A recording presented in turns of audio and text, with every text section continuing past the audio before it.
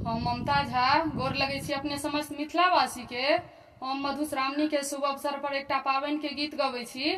जो अपने सबके नीक लागे तो लाइक शेयर कमेंट जरूर करब। जय मिथिला जय मैथिल। धिया पाबनि है लछमी सोहागिन पूजू पाबनि।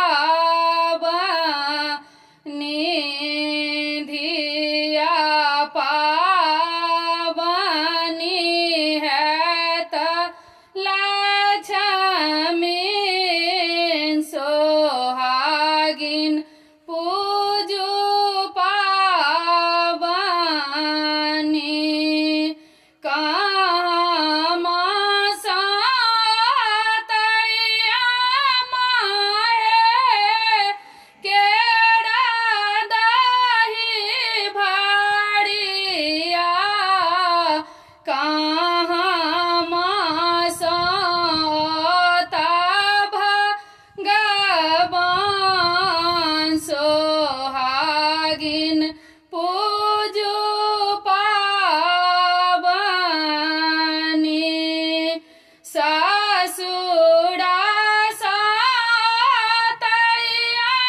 माहे केरा दही भाड़िया।